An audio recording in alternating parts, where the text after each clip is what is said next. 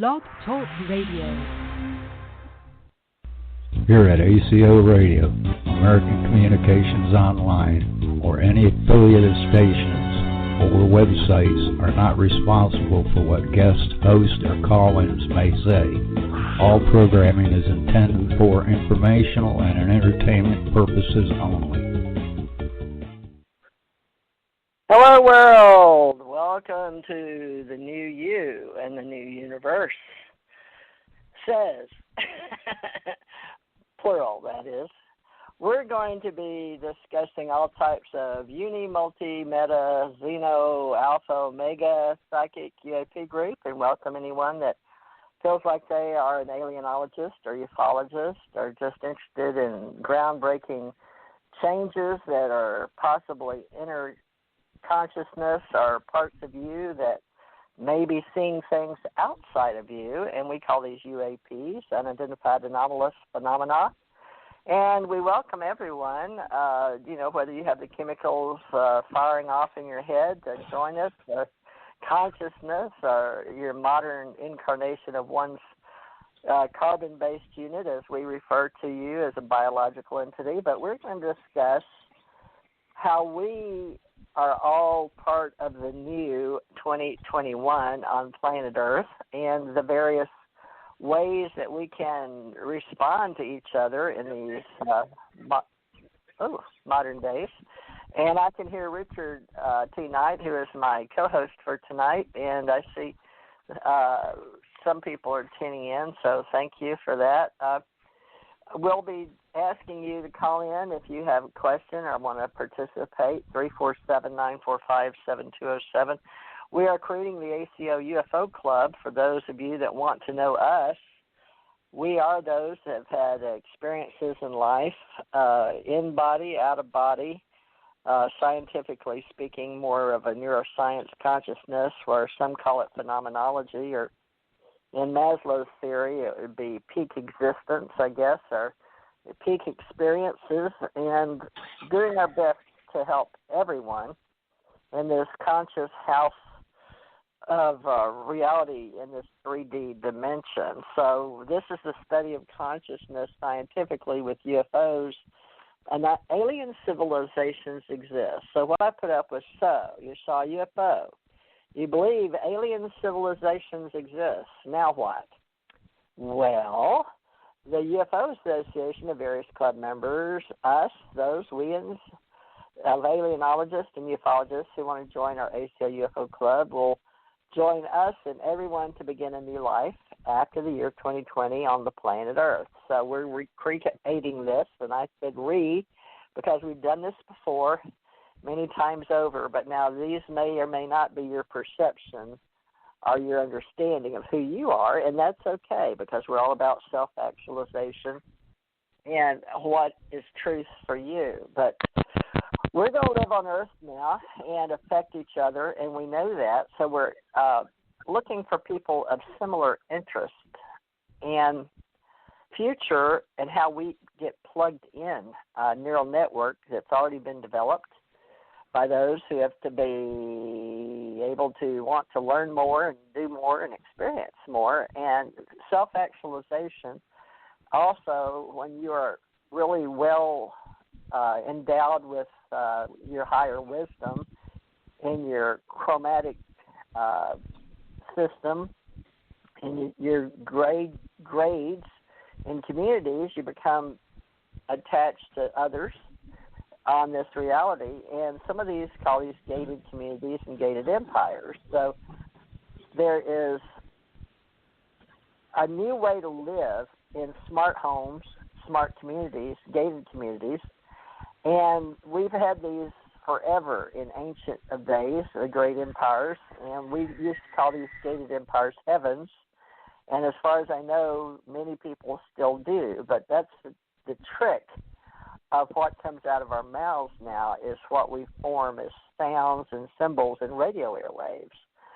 So we're going to talk about artificial intelligence today with unidentified anomalous phenomena and about UFOs of our ancient history and our New Age history and the history of today we call the Ascension Age awakening. Okay, so ready knowledge, we're able to remain sane while in the mundane, and yet have the ability to time travel as multidimensionals, which is a little on the edge. But we're going to discuss levels and groups that exist in space and what we call UFO secret space societies that I've begun on Earth, and help those to speak out more about who they are as a self-actualized carbon-based unit. And we may even find ways to accept others that are not carbon-based, but we're going to get into those groups and various planets in the galaxy and what other galaxies and dimensions and universes have. So we're going to talk about how the expanse is expanding, all right, how our spiritual science and science fiction authors join us to become more and better explorers and co-creators of the new space and global narrative, which we create. So, people, this is all about us, American Communications Online, People of the Ascension Age, radio series. We're writing books about this, and the new entrepreneurial stars. And one of them is here with me now, Richard Thomas Knight. So, Richard, would you like to tell people a little bit about you in the 3D world? Sure. Thank you, all our wonderful audience out there, for listening and tuning in. We appreciate you. I came in fully awakened, which means that I had no separation from God or Source. So I knew exactly who I was and exactly where I came from. I had the ability to speak directly after coming out of the womb, which was exceptionally weird because the doctor didn't know how to handle it. But anyway, I've had a life full of paranormal, supernatural, and all kinds of other incidents simply because I was born with 14 senses instead of 5. So if you add 5 to all of the regular senses, that gives you 10. And then, of course, I could also levitate. I could control things with my mind. I could read thoughts. And I could also create fire in the palm of my hands. So when you're being raised in a Catholic boarding school, of course, they think you're the son of the devil because they don't know how to handle such a person. So anyway, I've gone through a lot of interesting experiences. Some of them basically became measured, you could say, by alien intelligence. At the age of 5, I was abducted, and a tracking device was put in my nasal passage. And from that point on, basically what the whole process was, they wanted to measure the amount of rejection that I received from other human beings, which seemed kind of odd. They were supposed to pull the device out at the age of 17. However, I got sucker punched after leaving a party, and it broke my nose, and so they just left me alone to heal on my own. And basically, I had the device removed at the age of 35. And then, in turn, the men in black came and got what the metal sphere that was taken out of my nasal passage and disappeared with it. So I've had several ET encounters, including groups, and I've had sightings, and I've had what you would call an encounter of the third kind. We're being controlled by one of their ships that was approximately, roughly 1,000 feet in the air, just above the tree line, and that was in the Santa Cruz Mountains ages and ages ago now, because I was only about 18 at the time. And I've had other encounters where I was asked to be a spokesperson for a group that had formed, and unfortunately, even though there were 2 aliens that actually created the group, and they showed themselves and their abilities in New York in front of live press conference and so forth, where they could walk through walls, and they could actually disappear and reappear as they so chose. And then, of course, basically they went back to the ship, and they left the ground crew to create more or less a substantive area in the woods, in the mountains, and it was believed that eventually sometime they might actually land their craft there. But they had all kinds of tapes and videos, and this was again back in the 80s. So, I mean, different things occurred, and eventually, unfortunately, it resulted in somewhat of a scam that was produced because there were a couple of other controlling and dominating individuals that wanted everybody to come and basically donate all that they had. And fortunately, that was corrected.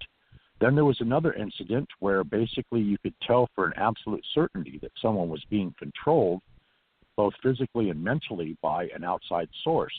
And the outside source, when this individual gave a presentation in a theater setting, basically he was saying that, you know, he was introducing another race of beings bound that actually were part of our galactic group, and that, you know, he was there to represent them and answer questions and so forth. And this went on for a couple hours. And then after the presentation was over, he was kind of like a robot, somewhat of a droid, because you could look into his eyes and you could tell that he wasn't physically conscious of what he was doing.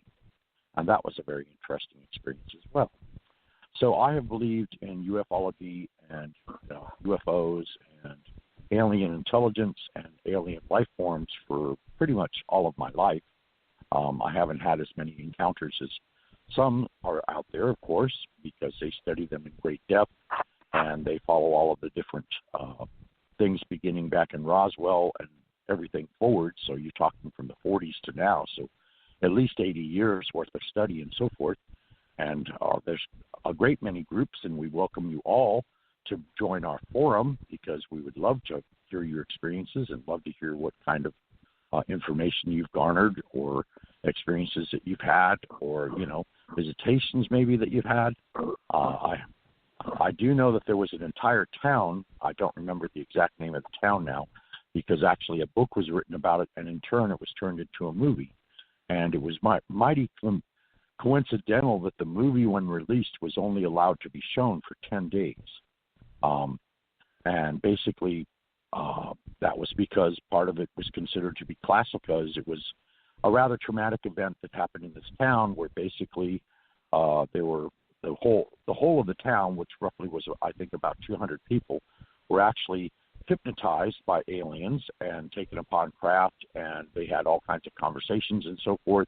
And I'm not sure exactly what the details were as to any given participation per se, but there were two doctors, a male and a female, man and wife actually.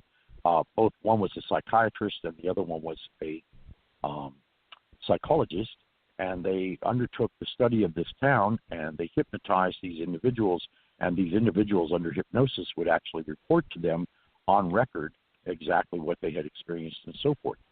And unfortunately, it resulted in a mass suicide.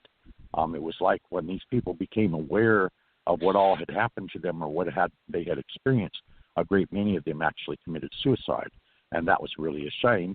But again, it goes to show that, you know, as a human being, we're not perceptively open as far as we should be in this particular instance. So, you know, naturally when you're introduced to alien life forms, then in turn, you know, you're going to react to them either positively, treating them with love and acceptance, and then other times you may react with fear.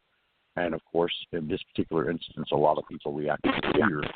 And so that was an interesting event that occurred. And like I said, the movie was only allowed to be displayed in the public in theaters, and then it was pulled from the theaters, and it was later broadcast on television. And even the broadcast on television was monitored greatly, and it was only allowed to be broadcast for, I think, about 48 hours. So who's to say? Did the Men in Black control the audience? Did the Men in Black control, you know, what happened to the movie? Did the Men in Black control what all went on? Most likely so.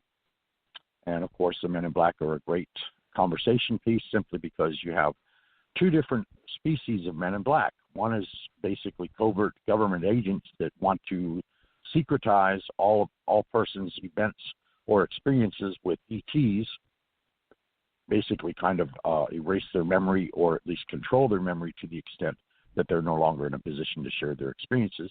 And then, of course, you have the other Men in Black, which are actually ETs themselves, and they have interacted with humankind for I don't know how many thousands of years possibly. But they basically interact in a very positive way, and they have been known to heal remarkably human beings in conditions where they have broken necks. All of a sudden they no longer have broken necks, or they're paralyzed, or things of this nature, and the paralysis is removed. So it's kind of interesting, because you know you have two sets of different Men in Black, and one's very positive, and the other is also positive, of course, because naturally our government always tries to look out for the security of the government as well as the security of the people. Then, of course, you bring in NASA. Now, NASA, of course, has thousands of recordings of various jets and other space vehicles that have actually encountered unidentified flying objects and even chased after them. And basically, those recordings are just now, a great deal of them are finally coming to light because they were secured under the Secrecy Act. And under the Secrecy Act, it cannot be displayed or the knowledge released until after 50 years of that act actually being put in place and then expiring. So that's my take on ufology and aliens and all this. Of course, we're coming, it's prophesied and it's been channeled by the Galactic Federation of Light and a number of other channelers throughout our world. They interact, of course, on Facebook and other media formats. And we are inevitably going towards what would be classed as first contact. Allegedly, there are about 50,000 ships in our uppermost stratosphere, and they have cloaking devices so that they cannot be detected. And eventually, this armada is going to allow itself to be fully shown. And, of course, those of us that are awakened and on the ascension path that would accept all such beings. However, the mass consciousness may or may not accept it. And I think it's very important that we have groups that not only do exploration and investigate such sightings and so forth and make records thereof, but also from the aspect being that, the larger the consensus becomes that we would greet extraterrestrials as a friendly basis instead of outright trying to fight them with nuclear weapons or whatever our arsenal may hold in it. It would be far easier, to create a situation where ETs are welcome so that they in turn can share their information. Now, this is something, too, that has been going on also for a while. And again, this is various Air Force bases such as Area 51 and a number of others, some of which are underground, some of which are on top of the ground. And again, aliens have been visiting our military for quite some time, and they've been assisting us in using their technology or blending their technology into ours. So again, this has been going on covertly with our government for quite some time. And of course, it too is getting to the end of the declassification period because the Privacy Act is finally ending in that regards as well. So there is a tremendous amount of information out there that can be resourced and investigated on the net and, under the Release of Information Act and all of these kind of things. There are all kinds of NASA documents and videos. There's all kinds of videos and releases that are coming forth from the government in regards to our military. And, of course, some of it, again, is remaining classified simply because a lot of information by our military and our government is on a need-to-know basis, and that is, of course, the limitation. And, of course, you have to have very high clearance on a government scheme in order to view these videos or be in touch with this knowledge. So, TJ, back to you. Thank you, Richard. Let me see if this is Marcy or not on the ones. I can't see who it is, like Skype. Hi, I've turned you on. Can you hear me? Your voice? Is this? Did you call in to be a part of the show or just listening? Can you hear me? Hello?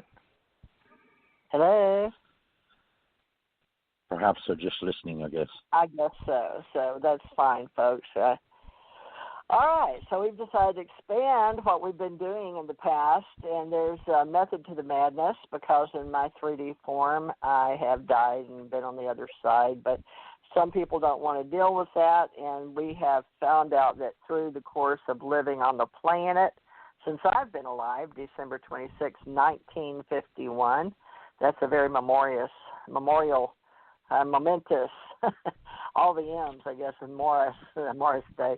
12/26, that's also the day that Rendlesham Forest has come to light, and other things such as on December 26th we had the big tsunami in 2004, I believe. So I've noticed a lot of weird things happen on my birthday, but we're going to learn a lot about what's going on in the universe.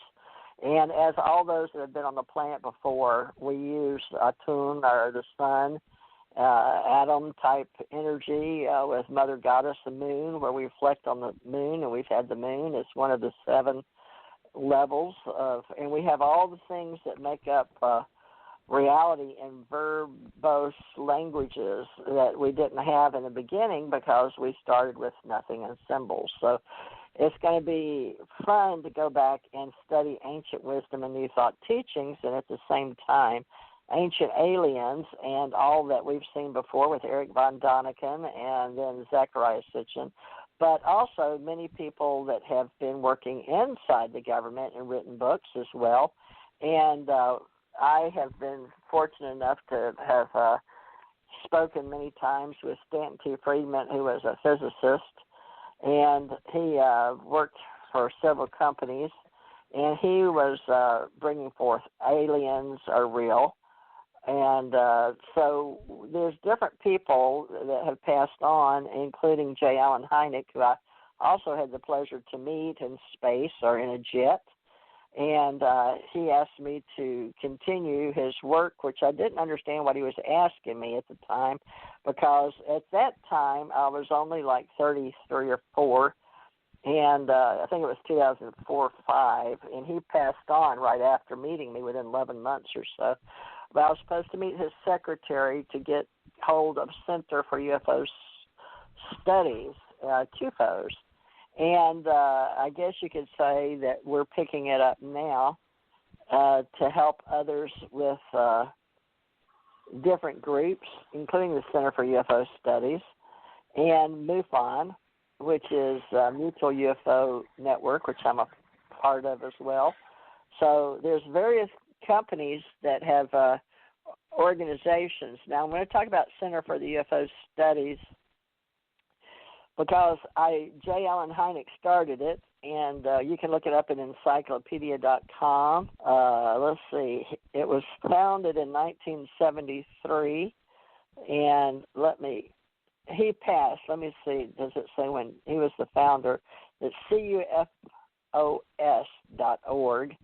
And there's a gentleman still running it. Now, the Center for UFO Studies is an international group of scientists, academics, investigators, and volunteers dedicated to the continuing examination and analysis of the UFO phenomenon. Our purpose is to promote serious scientific interest in UFOs and their study, and to serve as an archive for reports, documents, and publications about the UFO phenomenon. We provide an extensive set of resources on the site that they have as a domain as CUFOS.org if you're interested. You can look on how to become involved. We don't have members, but you can become involved in our work. So we encourage you to become involved and include archival work. And so basically they're working with the UFO Cat database. And Jan Aldrich has been on here many times to discuss the history that he has had in his reality. And so the topics that are most inclined to be accepted are clippings of newspapers or physical manifestations, and they have book reviews and recommended books. And let me look under their UFO researchers. There's quite the name. Jan Aldrich is on top. I just mentioned Bellastar, Clark, Bullard, Carpenter, Dean, Eberhardt, Vaint, Fowler, Greenwood, which is Barry Greenwood, which has been on this radio show, Gross, which is Lauren Gross, Haynes, Hall, Hayden, Hendry, Kaiser, Ledger. They don't have that many. Dr. Bruce Maccabee, who started our alien contact organization with me, ACO here, and Murphy, which is Bill Murphy, and Robert Powell, Kevin D. Randall, a very well-known name, and he was gotten so well-known for a while back that he was really, really busy. He's former military, so look up Kevin Randall. Randall's Reed Ridge Rota Gear Mark, or higher. Schleusler, that's hard to say. Schuessler. Why do I know that name, John Schleusler? Slough, Swords, Tulin, and Jacques Vallée, posthumously, of course. But, that is just the ones that are listed in CUFOS. So with our UFO Association, what I'm going to do, because this was started in Chicago, and that's where I was flying in and out of when I met J. Allen Hynek between there, Denver, and Edwards Air Force Base. I was not wearing my uniform, my Navy uniform, but he was working with the Air Force at the time and was with another gentleman, or maybe even two gentlemen. But that story, I had no idea it was going to change my life, but it did. Now, I, after that, was flown to Washington to have a polygraph, a retina scan, fingertips, but I already had, from the time I was a young child, my blueprint, my fingerprints on file. So I would like to discuss today the reality that we have expanded who we are by creating new space with the cyberspace culture, and it's not just for the governments or for educational institutions that we've used it for, but the communications to all beings, not just on this planet, because we use radio waves.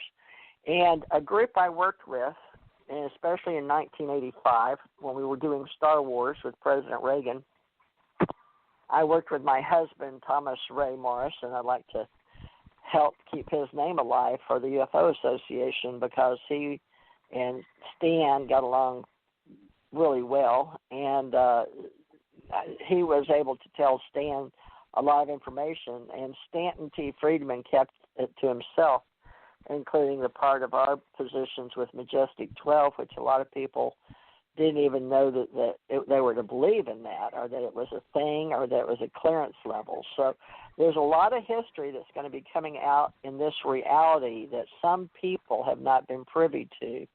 And there's been a reason for that, and we understand about being inside the government and how we were brought in.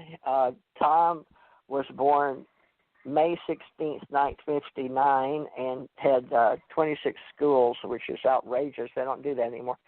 But he was in the Army, and President Reagan wanted to know who took all the pins out of the weapons when we were exchanging, when President Carter was going out of office.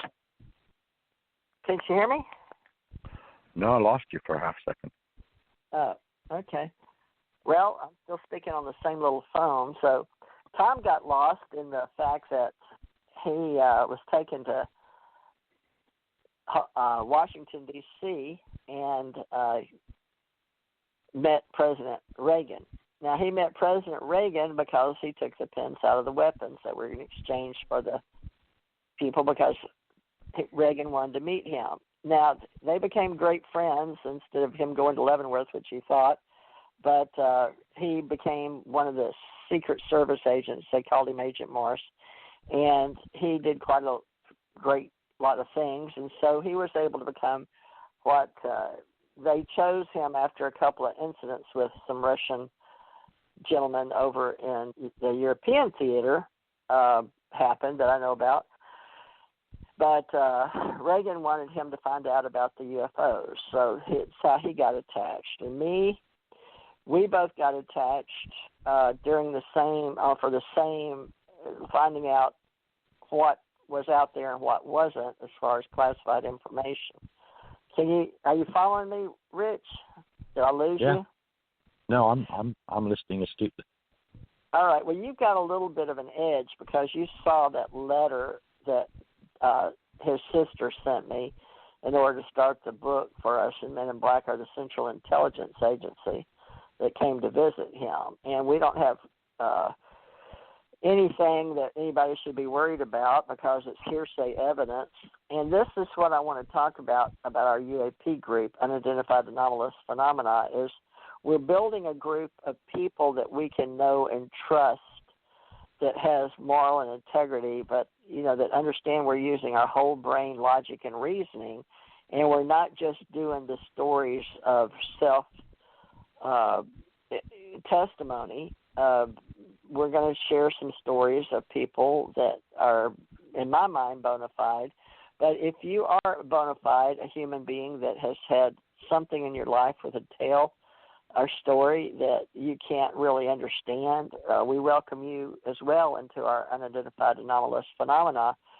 And mostly what I could understand from speaking and having been visited myself, part of the reason I believe I was taken into this deep secret government existence, because I have reason to believe this, being that I had to go through polygraphs and, all these things that you do inside the government to get these deep level security clearances and to work in the intelligence community, was a man took me out at one of the airports, and it was a military base, and gave me my clearance level at the time, which was already Q. So that's a lot of where that QAnon comes from, about people, and we have that clearance level for Q, which basically was at a nuclear level, and I could do a whole show just on clearances and levels.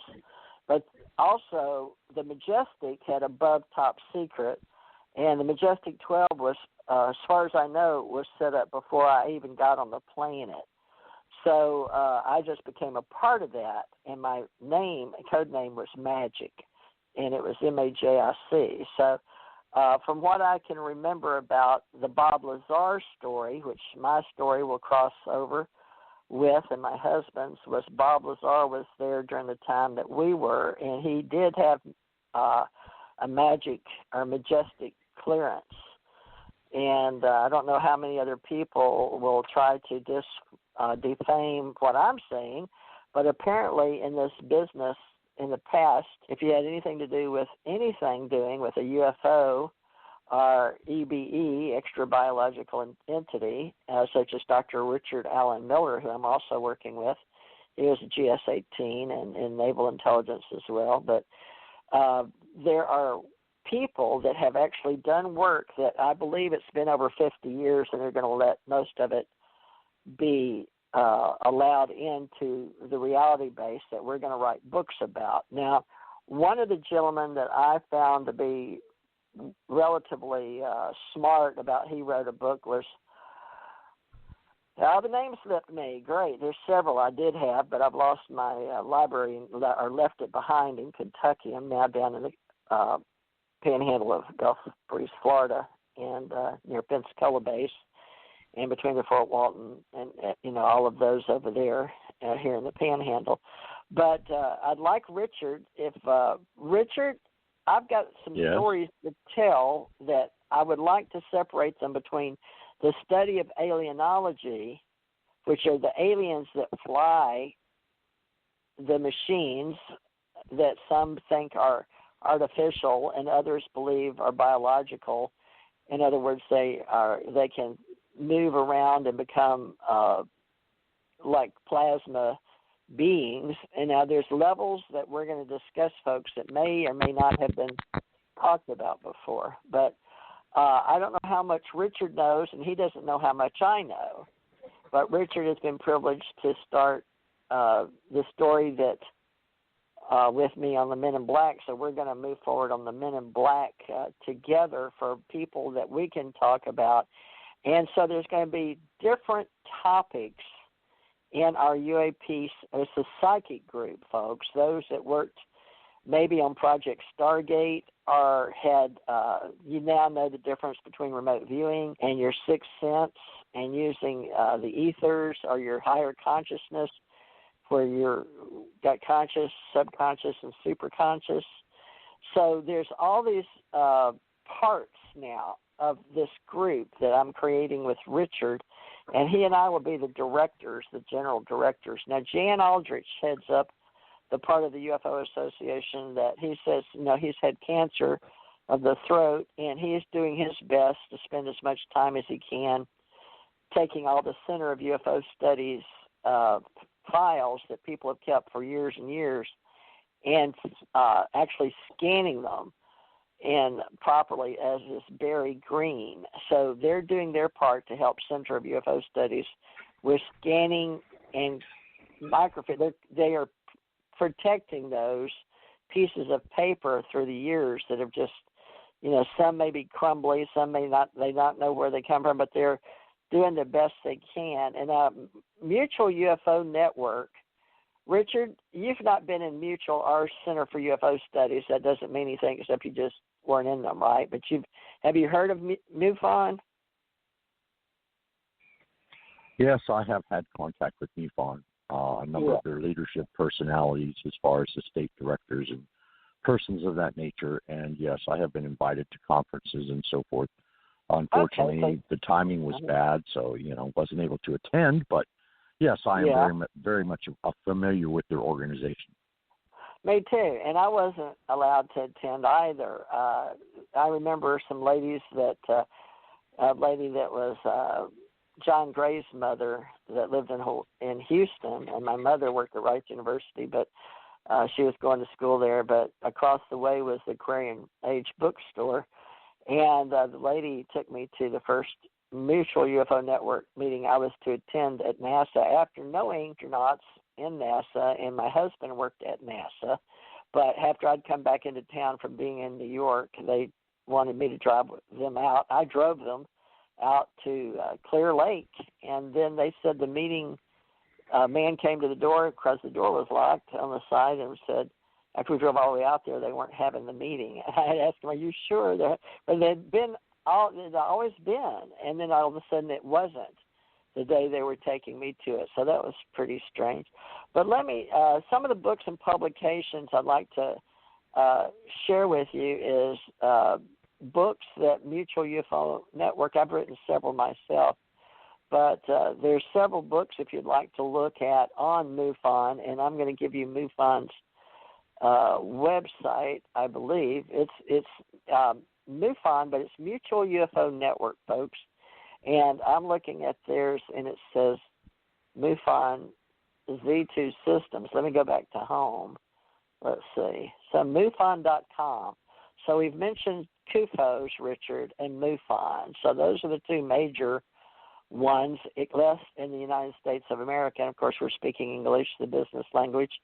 And hopefully you will look at those two are the majors. And there's we have a gentleman by the name of George Filer that's a friend of mine, I would think, but at least in this reality, he at one time talked to me extensively for many times, but that was way back, and for most people, you don't remember it like yesterday, but I have a funny mind, and George A. Filer had Filer's Files, Worldwide Reports of UFO Sightings. So he has worldwide reports, and so he was always one of the gentlemen. He was in the Air Force, and he, along with Stanton Friedman, were two people we could count on back in the day, 2004, 5, 6, with Mutual UFO Network. Now, MUFON says it was established under MUFON. They've got daily alien news and encounters. But, Richard, I would like us to have one beginning 2021 because I told people we're starting all over again.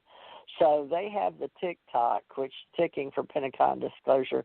We have Welcome to MUFON. It's an all-volunteer non-501c3 charitable corporation and the world's oldest and largest civilian UFO investigation and research organization. Now, I'm going to cite this goal because people need to know why and what's going on, but our goal is to be the inquisitive mind's refuge, seeking answers to that most ancient question, are we alone in the universe? The answer very simply is no. Whether you have UFO reports to share, armchair UFO investigator aspirations, or want to train and join our investigation teams, MUFON is here for you. Won't you please join us in our quest to discover the truth? And I give them a monthly amount so I can get their little I like their newsletter. Yeah, that's what it is. I'd like to have one of those, Richard, for us. Sure, we can create that. Yeah, that would be nice. Story Musgrave's in there, and Story was the first astronaut, and he's very, very sweet. I know when he was flying from here in Florida, back then when I knew him, he had a daughter, a 12-year-old. I don't know how she is now, but I've known a lot of people, and Luis Elizondo is on there. He was in the military, or really I think he worked in the Pentagon, but you may be hearing about him now. Richard Beckwith, MUFON, the official MUFON podcast, Richard Beckwith. But a lot of people we can talk about that are talking about UFOs, okay? But right now, just so you know, MUFON is a nonprofit. They are based out of Cincinnati, Ohio, Airport Boulevard, Suite 101, Cincinnati, Ohio, 45226. Now, CUFOS, as far as I know, doesn't have an office anymore, but we're still going to support them, and they're not really having like membership like they used, but you can still catch CUFOS.org. And J. Allen Hynek. Now, this is where Project Blue Book comes in, because Steven Spielberg took a liking to him. Joseph Allen Hynek's first book. God, I don't even know what his first book was. So we'll have to all look and see. But he was known best for being the man in charge, okay, of UFOs for the Air Force. And let me see if I can find out something else on him. It says May 1st, 1910. So he was born to Joseph and Bertha and their newborn son on the roof of their apartment building in Chicago, Illinois. How about that? So to see the brilliant trail of Halley's Comet, which is making the closest recorded approach to the Earth. So some worried that when our planet passed through the comet's tail, catastrophe would befall the Earth, but the comet's effect. And young Hynek was quite the opposite. So, you know, that's interesting, isn't it, that he came during that tail. But please keep in mind the UFO Association, and we are going to be a little group of whomever chooses to help us keep UAP alive, because we're going to have the UFO Association and the UAP Associates. Now, Alienology, Richard, I don't know that you've studied, folks, we'll get around to all your other groups. I don't know if Richard, did you by any chance get a list of any of them that you wanted to mention, any other groups, Richard? Not offhand. Actually, it was rather diverse, and it was rather scattered. So it's going to take a little bit more in-depth research to bring it all together. Okay, so there you go, folks. UFO trackers. If you want to just have UFO sighting maps, there's one for that. There's Bigfoot UFO sightings, UFO tracks. Let's see. You're right, but let me see if Aliens and UFOs, Library at Columbus. My goodness. So they've got Aliens and UFOs at the Library at Columbus, Interface of UFO Tracker and Extraterrestrials, Secret Space Programs. Now, a lot of those are covered by Gaia, a new group, relatively new, but they handle a lot of UFO business, UFO aliens, and pictures. Now, we are not going to be we're not going to reinvent the wheel, so to speak.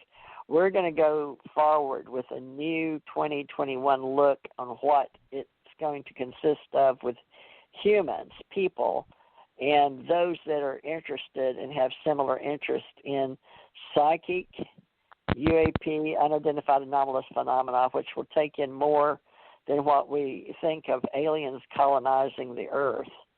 But because I'm not the only person creating this in 2021, I'd like to pay attention to what Richard, as we're going to help, because it's got to start somewhere. So we're both going to be administrators, and I've got the domains up, and we'll put your if we know you and we feel like you can be trusted. There's a lot of trust going on right now that we're building, right, Richard, in cyberspace culture, because so many people can be deceived. And I don't know if we should go there right now or not, but because there's so much to talk about in building a whole new group as associates. But we do expect a certain level of trust so we don't get the typical people that are just really not following ufology. And we're going to have a special night, which is Friday. We've had this for years. And but Richard, would you like to add anything about creating this? Because I'd like to make sure alienology, the study of aliens, and a lot of these people you have worked with, they study those in this solar system or in this galaxy, whereas my intelligence, of course, has been meeting people with a name in the business as an investigator, but I haven't told the whole story yet. And so I have met aliens and I have been on a UFO, so I'll get that down. And so I will be able to talk about ufology and those that flew them, and also the psychic level. But Richard, I don't know what we're going to call the psychic part. Now, Dolores Cannon, folks, for 40 years, I should bring up UFOs in the Ozarks. Richard, are you familiar with Dolores Cannon? Yes, to some extent. I've read some of her work. And I mean, in regards to, you know, as far as trusting people and so forth, we want you to be in a cliche of expertise. In other words, when you come forward and join our group or whatever, we want to be able to and rely on you, and you can show to us, you know, that, hey, you've done various studies, or maybe you've had incidents that you've reported, and so on and so forth, documentation-wise, so that we know for a fact that you're just not someone of general interest. And yes, unfortunately, the internet, I mean, the largest media group, of course, is Facebook, and then, of course, there are other groups on top of that. And unfortunately, there have been thousands and thousands of hackers out there, and they've even stolen people's profiles and reinstituted their own pictures and all kinds of things. And Facebook is very much aware of this, but it is such a struggle to clamp down, simply because the hackers have gotten in a very genius device in regards to when they hack a profile, they immediately go to the friends list and then in turn hack all of those friends as well. So this has it's gone from a minor degree to a very large degree, and this is the only reason that we would require genuineness and, of course, reality. You know, preferably, possibly meet in person, simply because, yes, you can see this spinning into a group that really meets in person and actually has a headquarters and so forth in the future down the line. Of course, right now we're just in the planning stages. But there's all kinds of experts out there. There's all kinds of individuals that head up teams that actually do studies. And, of course, we would welcome all of you simply because you have been doing it for some time and you have established yourself in the community of ufology or alienology or both.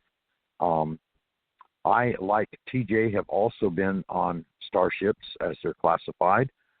And basically I have also, of course, was abducted at the age of 5. However, I have learned a tremendous amount in the last 60 years in regards to the identity of several races of beings. I have interacted with several intelligent races of beings. Just to name a few would be the Pleiadians, the Andromedans, the Syrians, which there are 2 different cultures, as there are 2 different planets of Sirius. One, of course, we've been tracking for a long time because we call it the brightest star in our heavens. You also have to understand that I have had several wives in Egypt. Many of what were classified back then in Egyptian culture as gods and goddesses were, in fact, aliens. And, of course, there's a great debate and controversy as to who actually built the pyramids and all of these kind of things, as to whether or not they were purely constructed via levitation by alien sources, with all of the mammoth stones being put in place, and of course creating the pyramids, and exactly how much, in fact, human beings actually participated in those interactions and so forth. I have also been in what you would call the King's Chamber, because you see the King's Chamber inside the main pyramid was not actually a burial site. It was actually a place where the heavens and the earth aligned, and star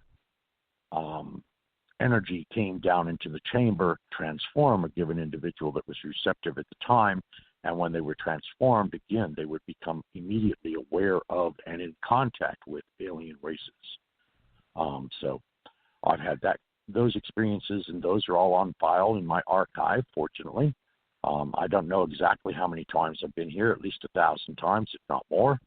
And I have interacted in all kinds of different roles in all kinds of civilizations and cultures. And, fortunately for me, most of this information is now on tap. It's been archived, you could say. So when I go through my everyday life, I have the wisdom and experience of all these past lives that I also garner from in order to make judgments and decisions and so on and so forth, which is a blessing for sure. I am very open-minded. I am very grounded. I am very well-centered. I have followed many paths of initiation. And again, there becomes a major question in magical circles and angelic circles as to exactly whether the angels or some of the angels themselves were in fact angels, or if in fact they were extraterrestrials. And again, this is an area of knowledge and an area of exploration that, again, falls within the parameters, because we have a very, very wide parameter. TJ was saying, or Teresa, Pastor Teresa. Yes, we have a couple of new hats that we have to get used to, because we also founded the Ascension Church Ohana, which basically is there to help people to ascend or awaken to the fullness of themselves and to discover their own true nature. And when oftentimes people do this, they also find out that they are not earthbound or earthlings at all, that in fact their spirit came possibly from another planet, from another galaxy, from another cosmos, from another universe, all kinds of different things.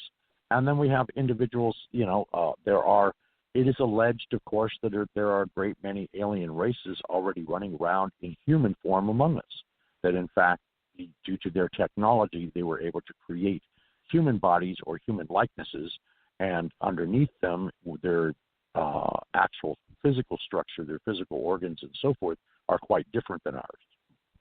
But of course, this has taken a good deal of adaptation, and of course you have to understand that they've probably been doing this for about 50,000 years. So that's a very long time to interact with mankind, and of course they are well within the norms of disguises and, creating various faces and that kind of thing.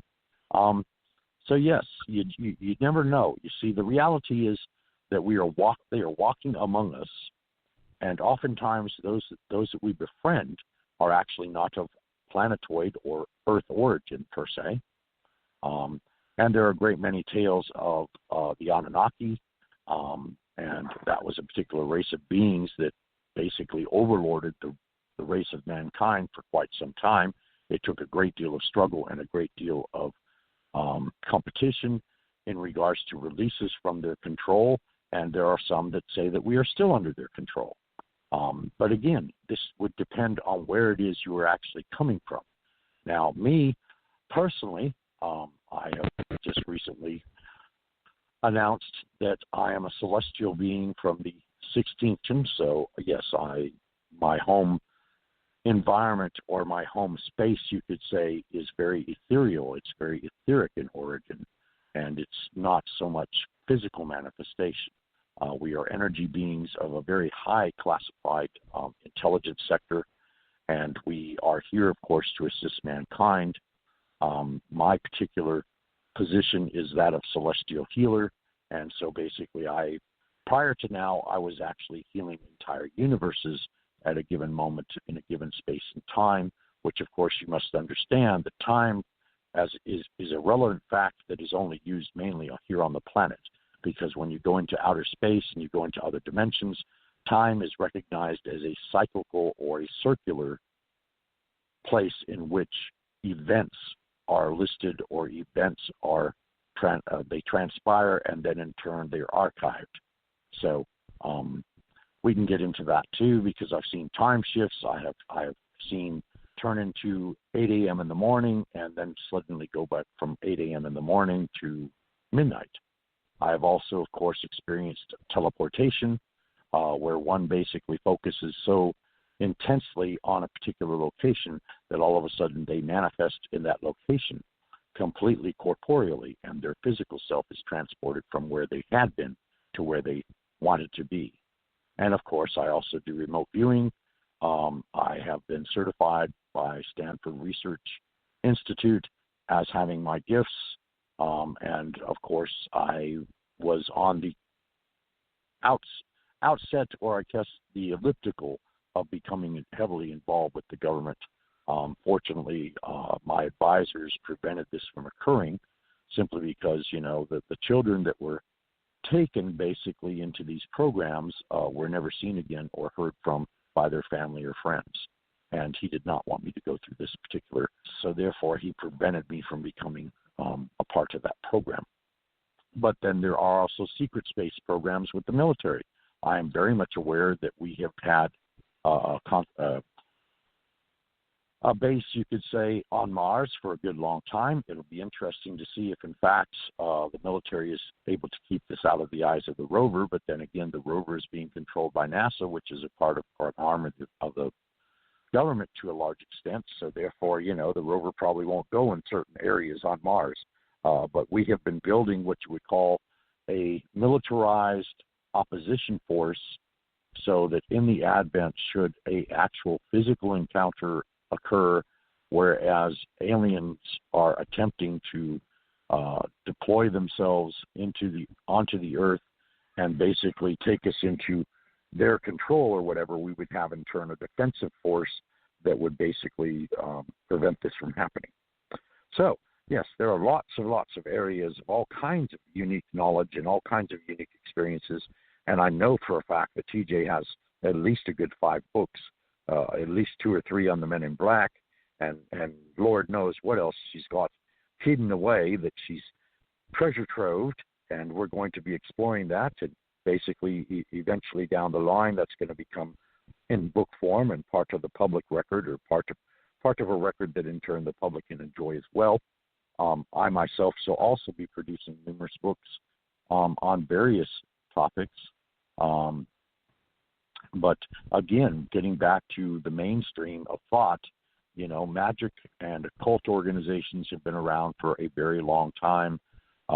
There's the secret side of the Masons, there's the Freemasons, there's various occult circles, the Illuminati, which supposedly was the secret group that basically controlled our government from the inside. Whether I believe this fully or not is up to question, simply because I am a truth seeker and I have not discovered enough truth to actually validate all that has been presented to me in a book form that I acquired back in the 60s. And it was very interesting read, and it was done in parables, from the aspect being that it listed given individuals under assumed names and then portrayed them in various government agencies and government actions and so forth, that would allow you to actually psychically see within what was being written and actually know that at least part of it was very true. So we have all kinds of subject matter, and it's all tied into one big, colossal format. So I guess we now have to put our heads together, TJ, and decide that if we just want to continue on under the auspices of the UAP,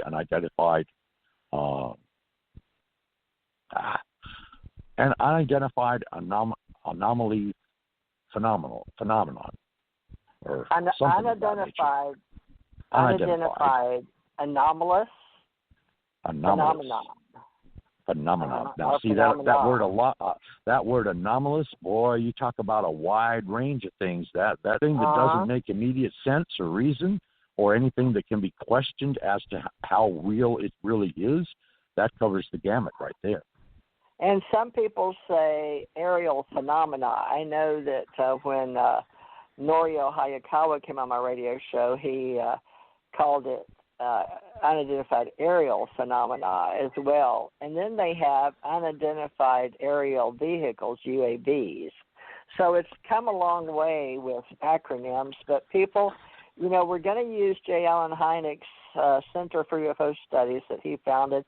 And after his first book, he put in the Close Encounter register for all the way up to CE5, I believe. But believe it or not, I haven't read his books. That's embarrassing. But, meeting the man and studying it, I had to go on with my life. And in 1984, flying into Houston, and then 85 into Chicago, and he was moving to Scottsdale, Arizona with his wife, and the secretary I was supposed to meet, that never happened, and I've yet to have her on my radio show, so I need to get her while she's still alive, and start there as to he's got a long, well-known center. It's when he moved from Evanston, and I've been there, to Scottsdale, Arizona, and I've been there. But the money didn't materialize, or any.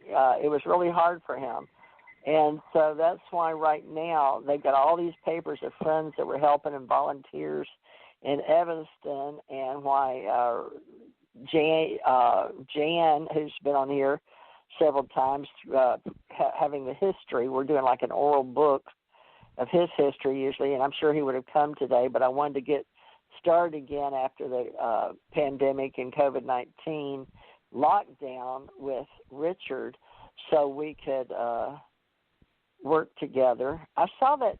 I think that's Marcy trying to get on and off. I keep seeing her appear. Whoever's listening. It's 775-300, I think it is.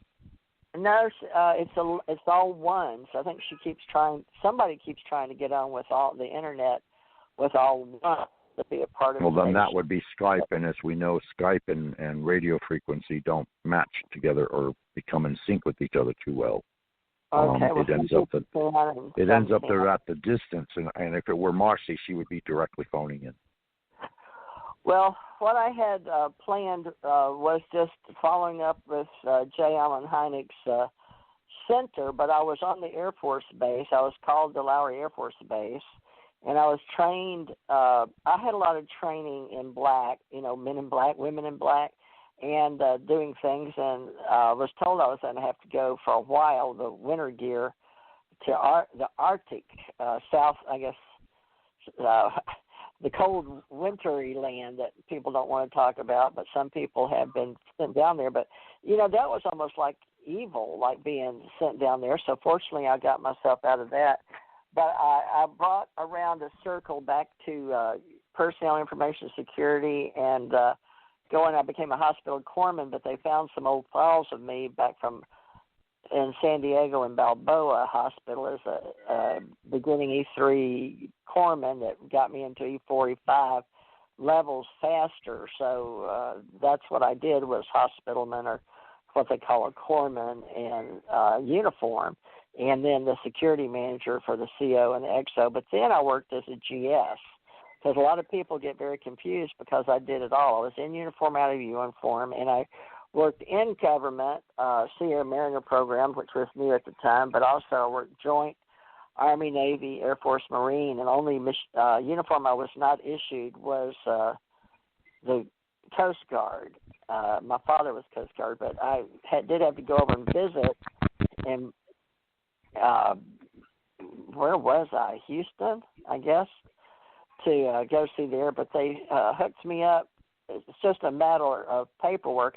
Corpus Christi. I'd been to Corpus Christi, but it sounded really strange living in Houston. But they sent me all over, really. I went in and out of country, and to Europe and Africa and Japan. It didn't even make sense. So that's why I think J. Allen Hynek, hooked up through magic, was the key for me being brought back in, although I worked some U.S. Treasury, and they said I'd always be in their system. And then I worked Department of State, so they said I'd never get out of the U.S. Naval Intelligence, which I didn't even know I was in until I signed a bunch of contracts. So I'm not sure who I am anymore inside reality that has to do with paperwork. I do know that when I go try to find some of mine as a truck driver, they no longer keep it after 10 years, because I was wanting to get back into truck driving. And I called like U.S. Express and Covenant Transport, who I'd pulled for and worked for. They no longer had it, even though I worked satellite and trained people and all of that. Mr. Bill Ferris, I remember his name. He's the one that hired me. But those were real positions that I had, and publishing. I've worked in a publishing company. I can't prove that. So I learned that these men in black were very important because I never got to see them, but people around me got to see them. I had a boyfriend in Fort Hood that told me that the men in black came to see him, and that's what he called them. Of course, I don't know how popular that was in the 90s, but he said that they told him that he was ruining their situation and to back off. So apparently they had something planned for me, and he had a very deep he was in the Air Force and had a very deep clearance, and he took me over to see on Fort Hood the helicopters and things inside the gate, things like that. But the stuff that I saw later would sometimes be at night, and it seemed like the men in black would always show up around midnight or anything out to do in the desert. So there's things that I will help recall for those that are always snooping for that type of stuff.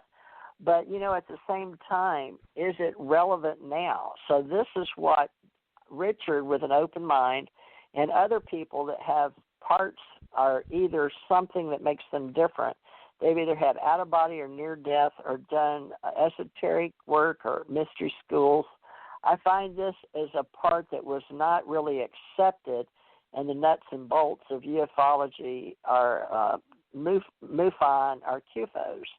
So with that said, back in 2008, when I was speaking to the captain out of Cincinnati, McDonald, that's running, I guess, the directorship for MUFON now, and he was talking, and I called and talked to Kathy Martin, who was Barney and Betty Hill's niece, and she and I talked for a long time, and only recently we've got back in touch on, she came on this show once or twice with her friend down there and another woman, and they were working on the psychological portion. I remember Kathy telling me that she was working with I paid $75 for a for a manual that she said they were reworking with the captain at the time, but I went ahead and bought it anyway for $75. But basically, as an investigator, there was nothing in there. I think I could have wrote a much more in-depth publication for the government, but it was for MUFON, Mutual UFO Network. And Richard had been told about that as well, that manual, and how to become an investigator. And some people that were investigators felt a little put out by them training volunteers that were coming in and not using a full set of, intelligence gathering. But we felt, why should we buy something and then we read it and we know more than's in there? But, that's what you do with different organizations. So, we're going to have our own, and, that was fine what they did. But what I need to tell you is that Kathy Martin, and when I talked at one time to not Jan Aldred, but Jan Harzan, that was running Mutual UFO Network before Captain McDonald came back into his position for the directorship. But out in California, he's been on this radio show too, Jan has. They were working a lot, and we were going to reset up a training program, which he agreed to in a way.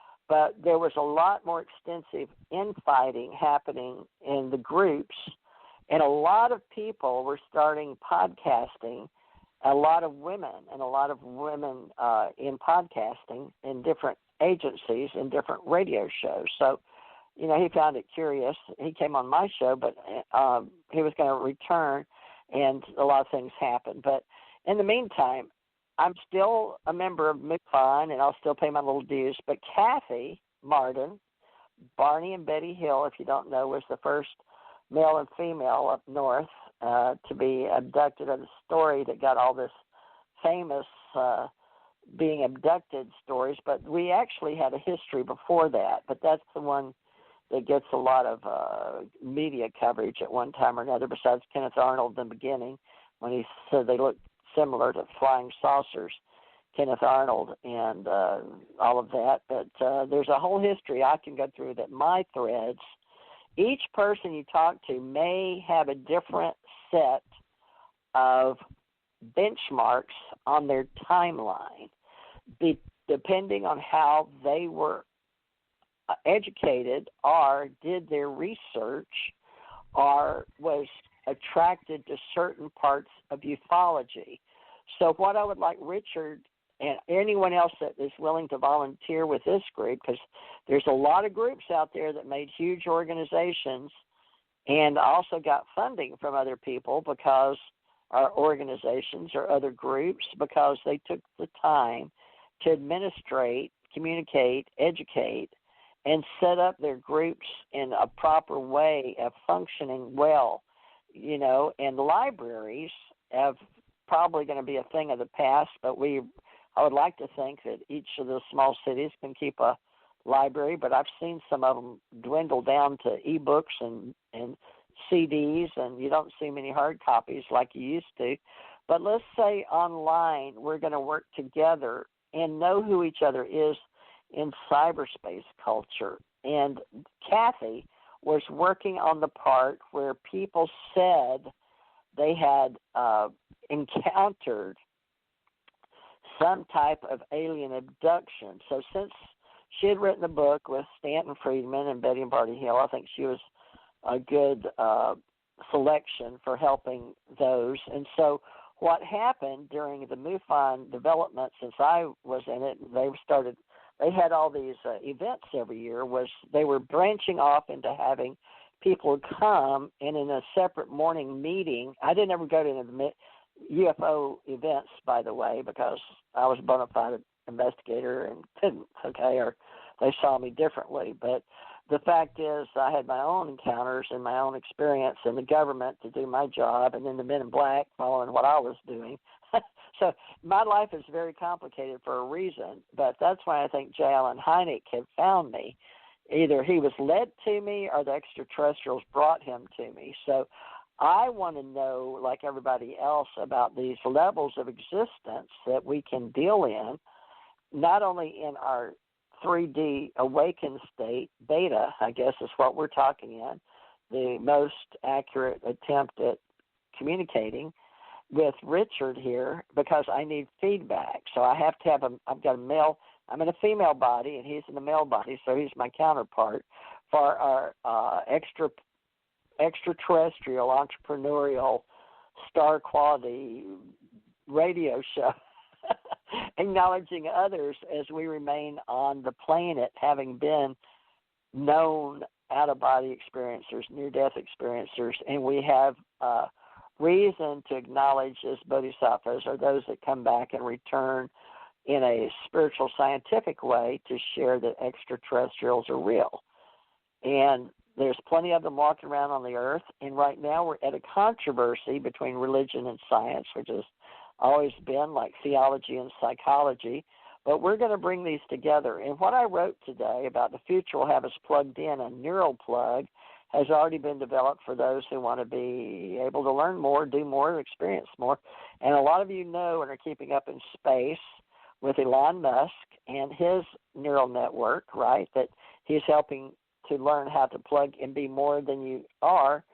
And I'm already a cyborg, as is, I'm told, Richard.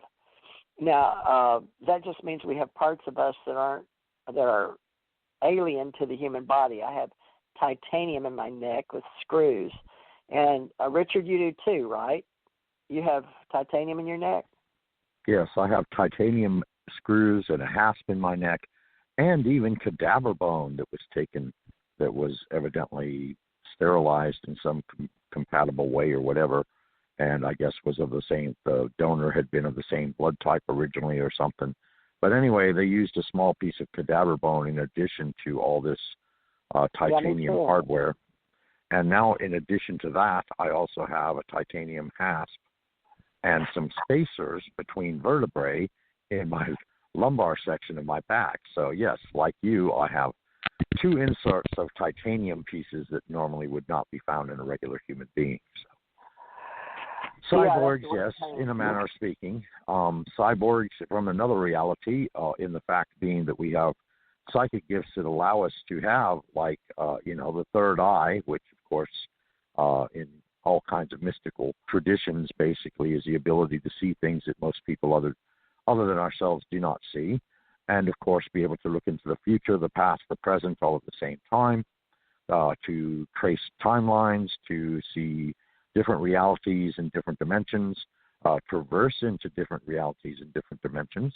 That would basically classify a cyborg. Now, of course, I can't help but mention the various movies of the Men in Black that have recently come out in the last 20 years, which, of course, are somewhat comical, but at the same time, you could also say that if you look at Hollywood and all the different films that have been produced in the last 20 years, per se, they have been gearing us towards actually meeting alien life forms. There have been all kinds of, like Starman, there's been all kinds of different movies that have come out introducing that alien life, landed here on Earth and then in turn interacted with the purpose of a specific design or specific goal in mind and this kind of thing. And then in turn, all these different subcultures that have sprung up that are very, very inquisitive as to the reality, as to exactly how much is actually human and how much is actually alien. And I mean, there's all kinds of clone stories. There's all kinds of, we've gotten to the scientific point that we can create babies in a test tube. So, I mean, that said, and yes, there has been a interesting interplay between science and religion, simply because science, for the most part, has actually been verifying what religion has taught as tenets of belief for a very long time. And of course, you get into quantum physics, and this is the field where basically you create a 0 point where there is no static energy whatsoever, and actually it is a field of endless possibility, simply because one can actually focus their intent, put emotional feeling behind it, and project it into this field, and it actually physically manifests into reality. Now, of course, we'll be getting more into that as a different topic in one of our other spiritual presentations, possibly on Sunday or what have you, because that's also a portion of the awakening process. But the ufology and alienology topics are so diverse and so in-depth because we have been monitoring, we've been documenting, we've been photographing, we've been videotaping all of these encounters for a very, very long time. And so you cannot really say that it's invalid. It's just that it is probably a topic that a lot of the common people don't think of, or they just, cast it off as being, some lunatic thought or what have you. But again, falling back to the fact, I have read J. Allen Hynek's works. I read them back in the 70s. I deeply respect the man and all that he stands for and all of his research. He is very meticulous, to say the least, in regards to recording things and making documentation of things, and also observations, and in regards to research that was undertaken in regards to studies of the brain. That too, you see, has come forward in science. And again, it is establishing the fact that yes, psi abilities and psi senses are real, and they do happen. Because why? They can be tracked, various brain waves, these psi abilities, and how they can be measured and so on and so forth. So we've come a very long way, and yet at the same time, we are actually getting to the point that we are actually validating and creating a sense that this information that has been passed along through various traditions, whether it be religious or contemplative or meditative or any of the Eastern philosophies, and of course the Western philosophies, and all of the various mystical systems, including the Jewish one, which is Kabbalah, which teaches about the actual creation of a Merkabah, which the Merkabah basically is a transcendental craft, you could say, that is etherically created so that in turn your spirit may leave your body and go into the Merkabah and travel various dimensions or various places or time travel or whatever it is you wish to do. And again, like I said, this is all being substantiated now through science because neurology and nervous system networks and all of this various studies. And of course, there are thousands now that have produced all kinds of what you'd call mind hacks, starting with the Russians quite a while back. And then, of course, coming stateside with all kinds of different scientists and different doctors and so forth, that in turn you can listen to this self-audio tune. I always get that word mixed up or whatever. Self-audio or self-physio tunes that are harmonics, which create a specific frequency hertz-wise, and these will also put you into an altered state of recognition or attunement or what have you. I even came across what you would call the God frequency on Facebook, okay? It was on someone's webpage, and it is a 928 hertz revolution sound wave, and yes, it completely puts you in an entirely altered state of reference. And to think that sounds in and of themselves, I mean, we've always connected with music because naturally, being brought up in the 60s, because naturally I was born in 55, and then I got reborn again in 69, and all this kind of thing, because I actually was physically dead for 33 minutes, and I went out of my body and saw the whole surgery transpiring underneath me and all of this kind of thing, and I can get into that later on a more spiritual topic. But I've had thousands of astral projections or out-of-body experiences. I have had shamanic journeys where I've actually remote viewed and actually was physically in the Hawaii undertaking various phases of training and initiation there. My partner here and my colleague and very, very well-spoken and very, very finitely accumulated life path that she's had and life journey. I mean, I can meet her on certain levels, and then on certain levels we part company and we go in different spans. Like her, I have also been an investigator for over 45 years in 26 states. I have had federal clearance, state clearance, county clearance things. I've also been trained in forensic discovery or forensic intake in regards to murder scenes. I have also done consultancy work with the FBI.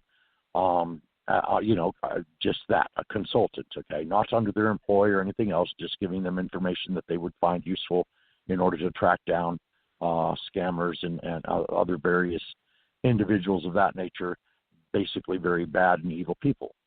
And, I was with the military. I served in the JAG Corps for 4 years, and I am also an Eastern Orthodox ordained bishop. We are both ordained clergy through Universal Life Church. So you see, we in ourselves are also encompassing all of these various fields of endeavor, inquiry, and knowledge. And of course, fortunately, we are both truth seekers. So, we're constantly inquisitive, constantly curious. And of course, our curiosity leads us to a large concept of all kinds of various areas of inquiry and so forth. And fortunately, TJ or Teresa has explored all of this, and in the last 12 years or more, or maybe 20 years for all I know, she has been out in cyberspace, and she has created a humongous organization that in turn has branches all over the world. And again, it varies depending on what the specific topic is. I mean, she has a ufology network. She has a network of spiritualists. She has a network of individuals that are interested in the paranormal. She has individuals that are interested in spirituality in and of itself. She also has a network of a psychic network that she herself created back in the day when those were basically unheard of. So Teresa has been on the cutting edge in a lot of different areas, and it's just, I mean, I find her fascinating because at times she can be overwhelming simply because her mind races and switches topics and switches personalities and so forth. It becomes a little hard to follow.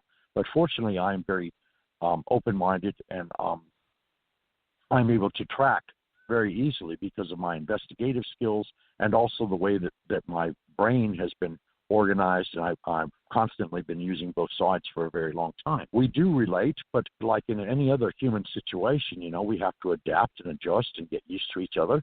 And I am sure that we will be a great help and assistance to each other in creating all that we endeavor. And I'm just awed in some ways. Back to you, Teresa.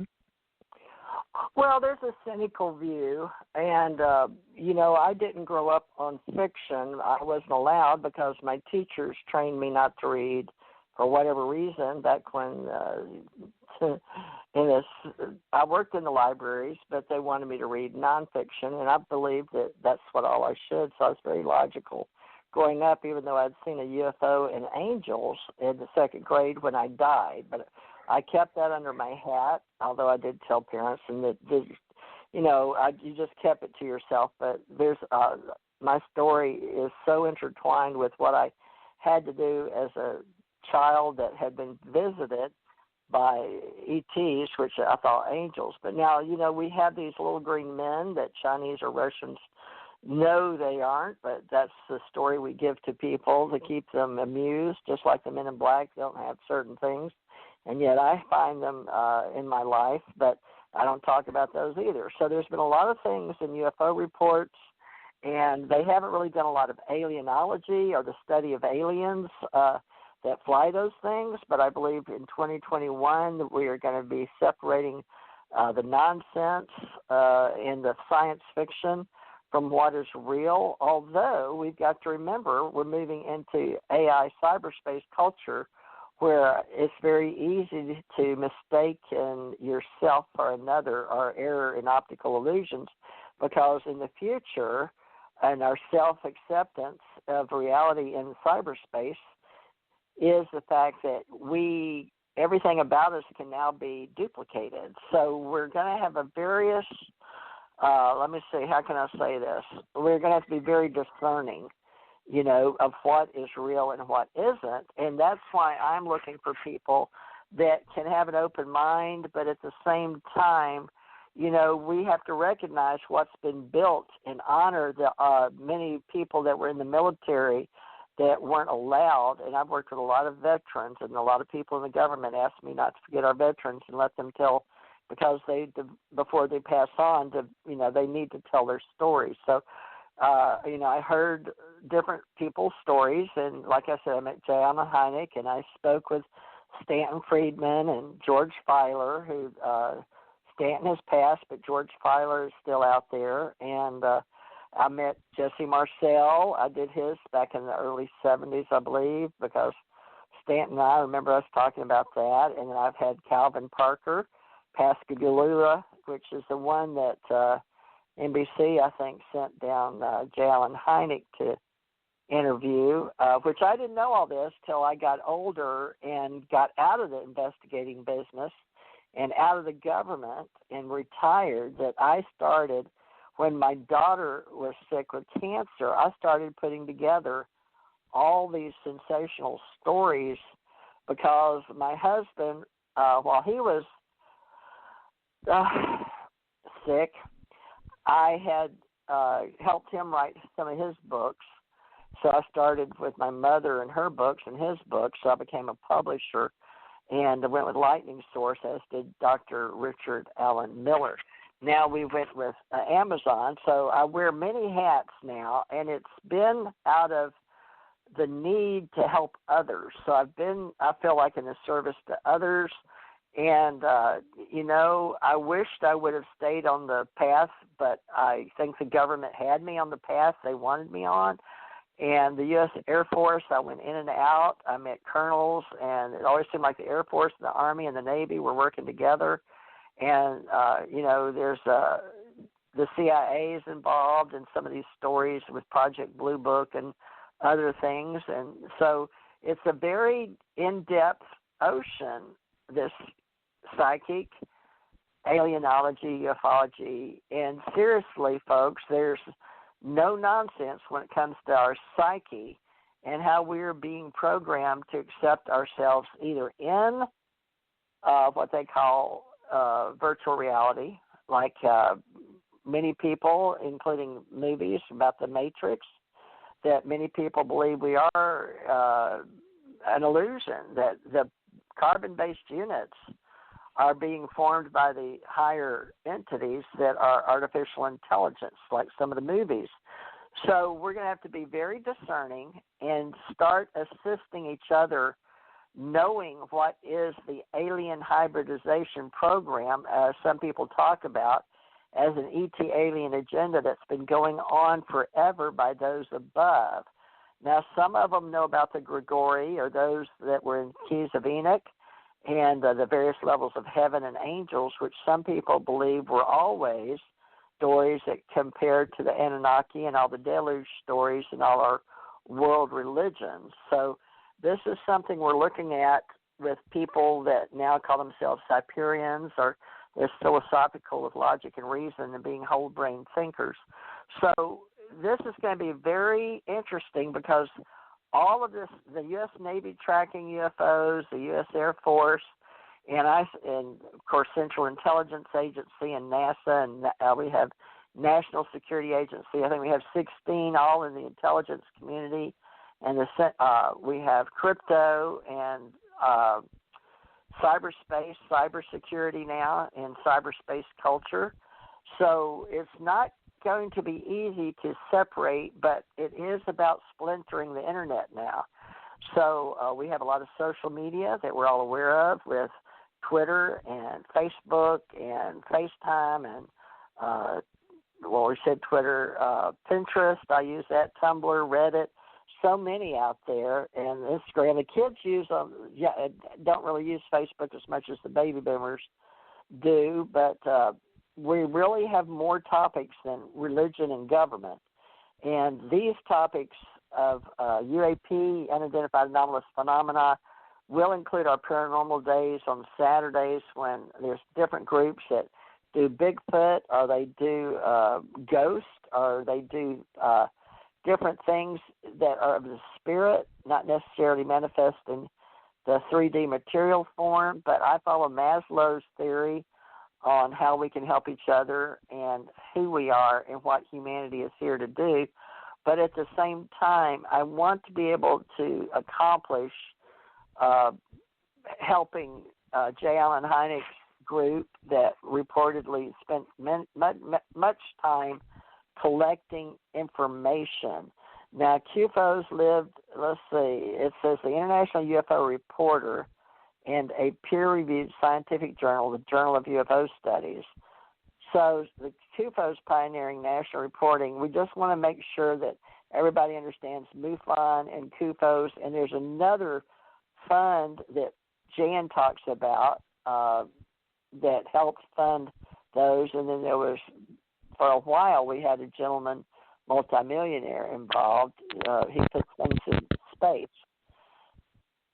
So, did we get knocked off?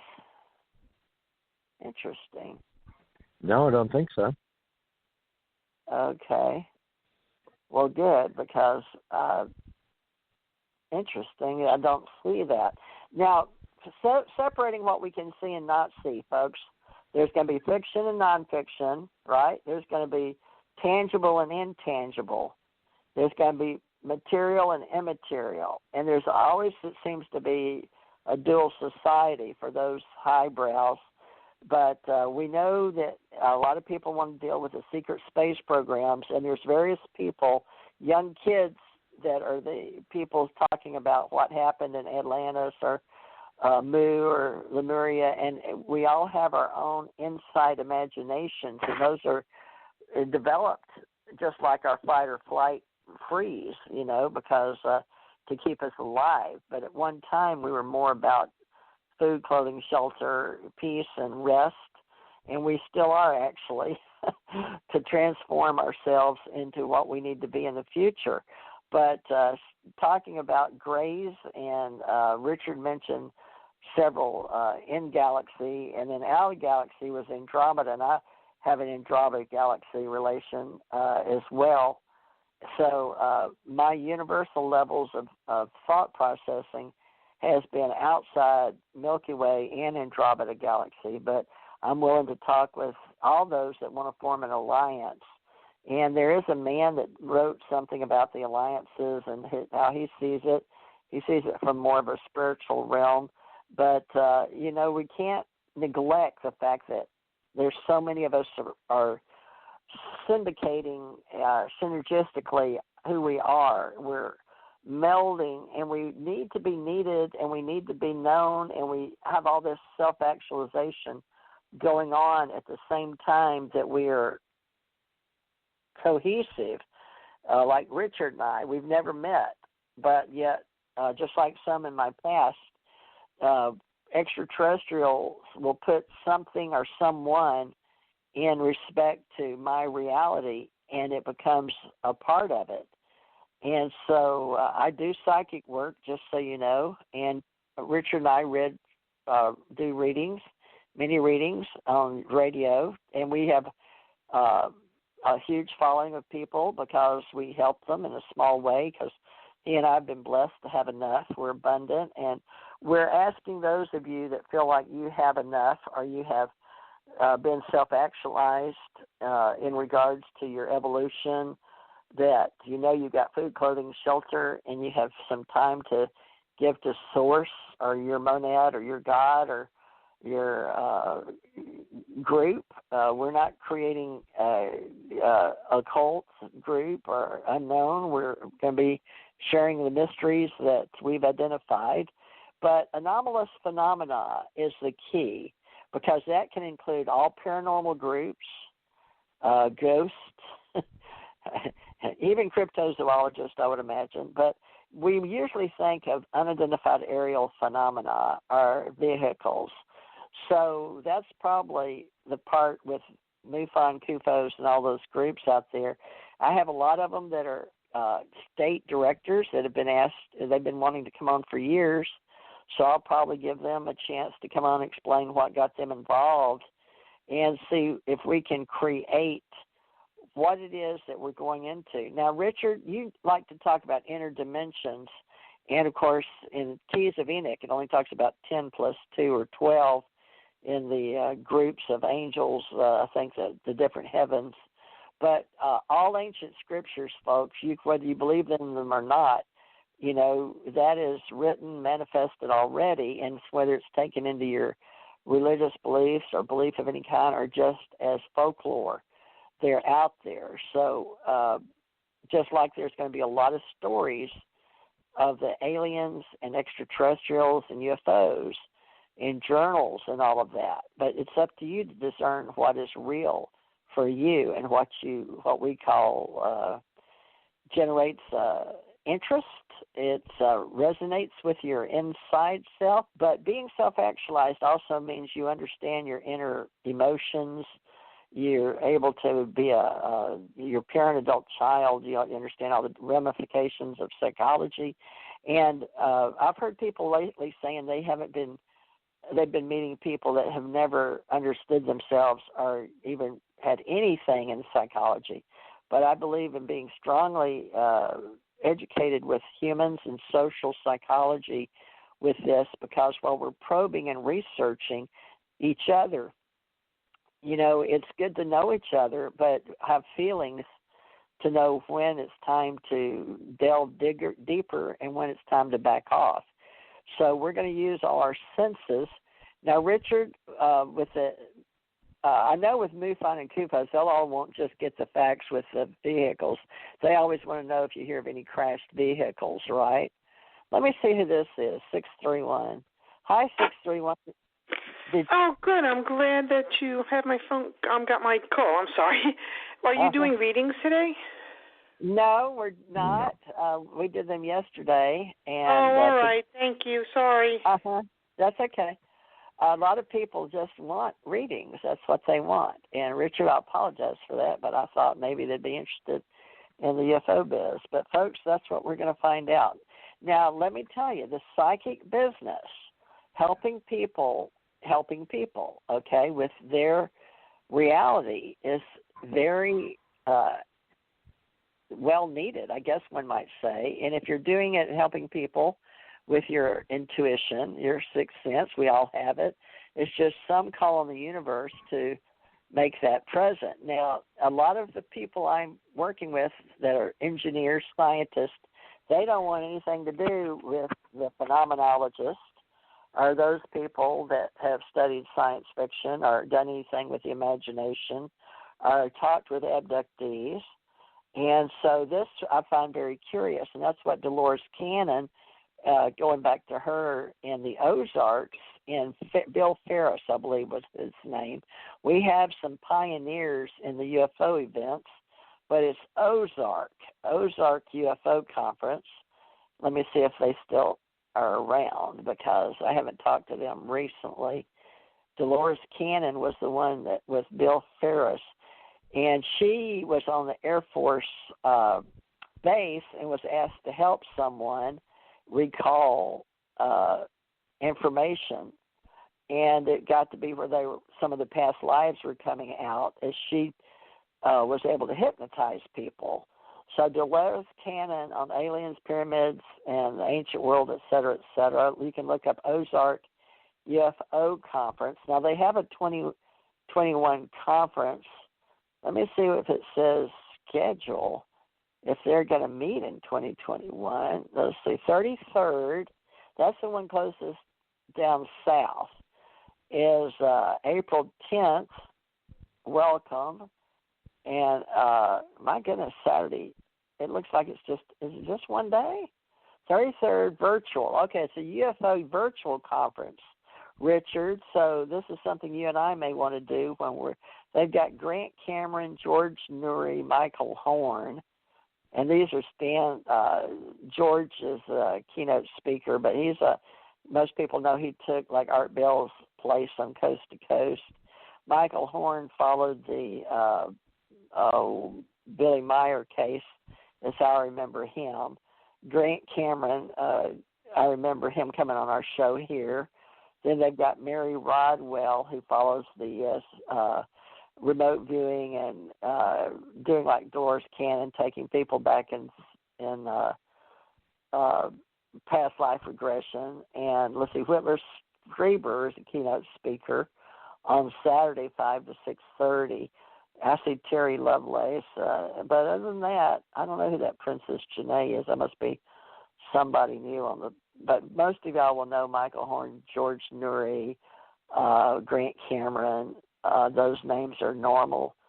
And our business of Whitley Strieber, Mary Rodwell for the psychic part. So that has been, since Dolores started many, many, many years ago, this is the 33rd conference. So Dolores started hypnotizing people and having people go back, and that's how she wrote about the different groups that came in, the 3 phases or waves.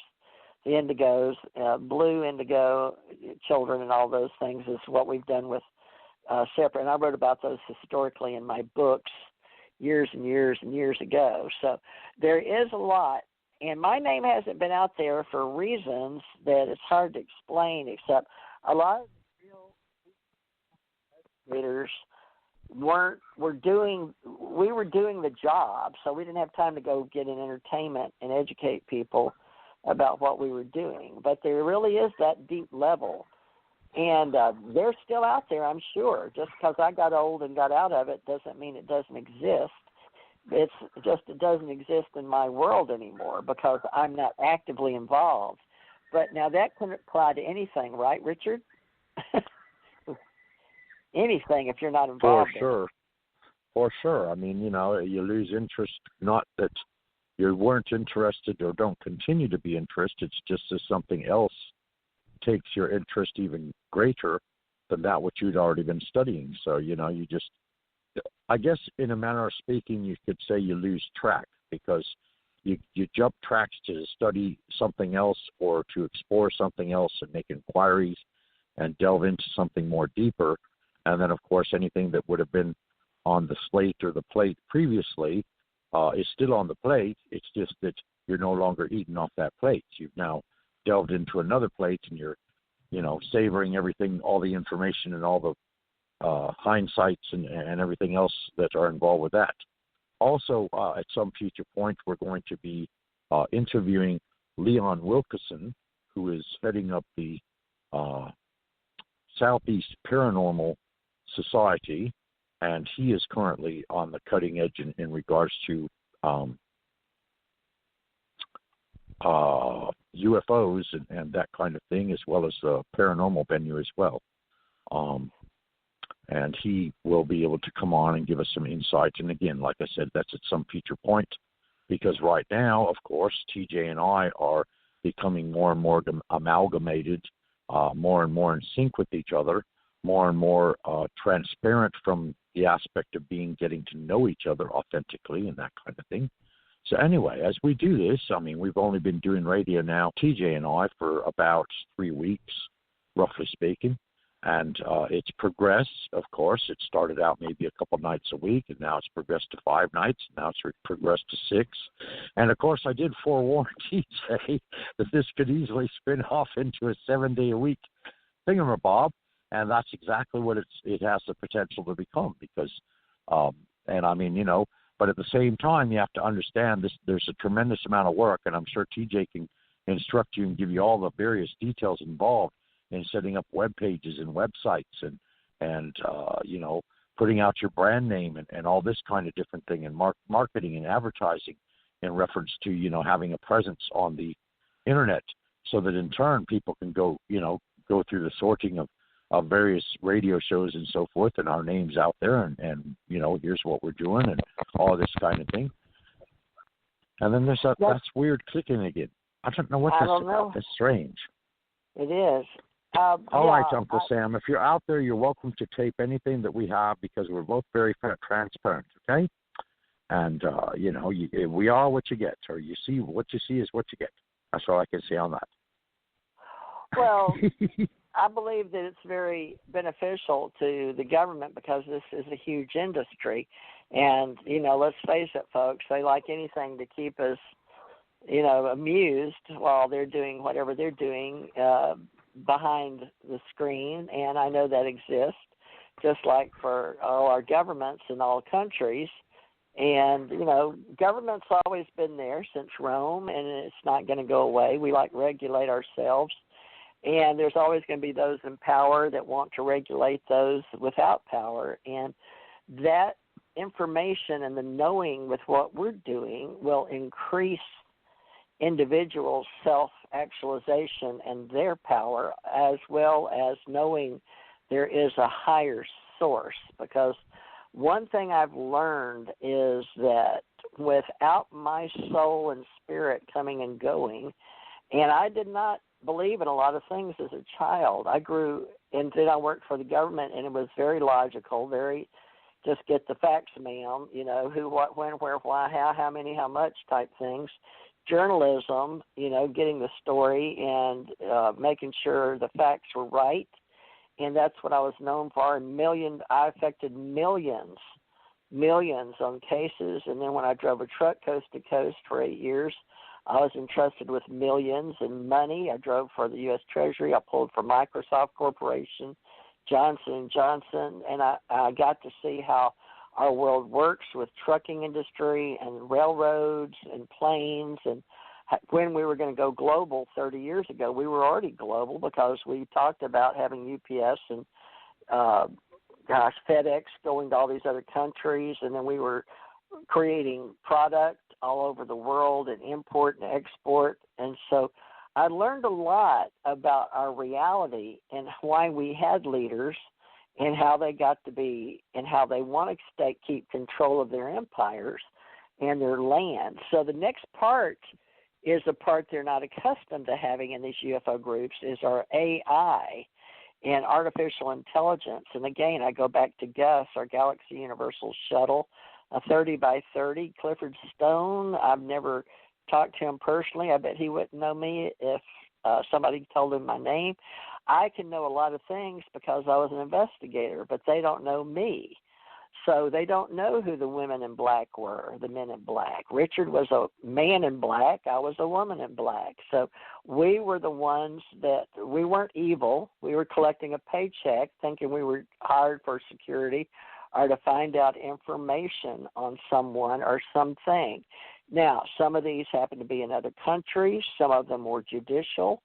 We worked for the Judge Advocate Generals. We both worked for the JAG Corps, meaning we worked for legal, basically the attorneys. And the attorneys were either plaintiff or defense. And then inside the government, there was always internal operations and people that were being investigated that didn't know they were being investigated. And a lot of mine were all the way down to maybe expensive hammers or something silly, which we used to laugh about. But there's people like me that have been inside the government, and if you'd like to come forth and you have something that really wasn't classified, but you saw something or you thought something about Hangar 18, for instance. How many of us talked about that? And, of course, that was brought up to me, being an investigator and working in the intelligence community. Now, what was funny is intelligence community, I'd go sit down with Secret Service agents or Federal Bureau of Investigation, FBI agents, National Security agents, NSA, go to lunch with them, and they're always snooping. But they never did get to figure me out. And the NIS, when I reported into Hawaii, said I was really good at what I did. So keeping secrets, women can keep secrets, believe it or not. But now helping disclose with exopolitics things that people that weren't in the government or weren't exposed to how it all worked or the levels of classified information. But you can go and see now how much has been released, FOIA, Freedom of Information Act, but also just FBI, CIA, and all of those. Just go to their websites and put in things like UFO, flying saucer, different names if you want, Kenneth Arnold or Project Stargate. The reason that we're going with keeping the intelligence of the psychic part is it is a part of the world. We do know our brains can do a lot more, and we are still in the process of learning the intuition and the imagination, because even those that I worked with off planet, that's what they were most interested in. Why did my husband pick certain cards playing a game, right? Why did he get out on a Volkswagen and he didn't know how to turn the lights on, get in and out of the Volkswagen, but he didn't know how to turn the lights on? That was back in the day when everything was on the dash. So there's certain things that happened to him I know about, and then there's certain things that happened to me with the Men in Black, and then he and I compared our stories together, which made us repel each other, much like Richard and I did. We repelled each other at first. So, you know, you may be coming close and rejecting the thing that's you need to hear the most. You may be repelling. And I'm not sure what that's called, Richard, but apparently it's part of psychology that we need to look at, because where are all the investigators that never came to me when I was looking and talking about Jesse Marcel with Stan Friedman? You know, where are the people that J. Allen Hynek asked me to help? Where are all these people? So I just happened to get Dr. Bruce Maccabee steered me to Jan Aldridge, because Dr. Bruce, not Bruce Maccabee, Bruce, great. I'm getting all my Dr. Bruce's. Bruce Maccabee. Yeah, that's it, Dr. Bruce Maccabee. That is him. So he has since gotten up there in age, and Jan is still with MUFON as far as I know, but people over this last political bow, extreme right and extreme left, we're going to work on the balance, folks, because, you know, it can't all be, you know, everything woo-woo or coming up unicorns in one reality and the other uniform, all hell and damnation. But supposedly that's what we've built with all these beings that have been coming and going. As Richard mentioned earlier, they're Anunnaki. That's one of the famous stories of the An from another place in space. And, of course, we had those from India that had the wars, and then we had Sodom and Gomorrah. So there's all these stories out there, and they all go with the demiurge and the big flood, at least, 7 to 10 of them all around the world in the world religions. So this is going to be about exploration, research, helping yourself be more self-actualized, finding out what you want to do with your life now. And hopefully Richard and I can get you plugged in to the global narrative if you want to be. If you don't, then, that's okay too. Richard, as far as the time and space, the UFO Secret Space Society, I've got that for Facebook. We're going to have those people, I guess, write out their testimony and sign it like an affidavit is something we can start doing.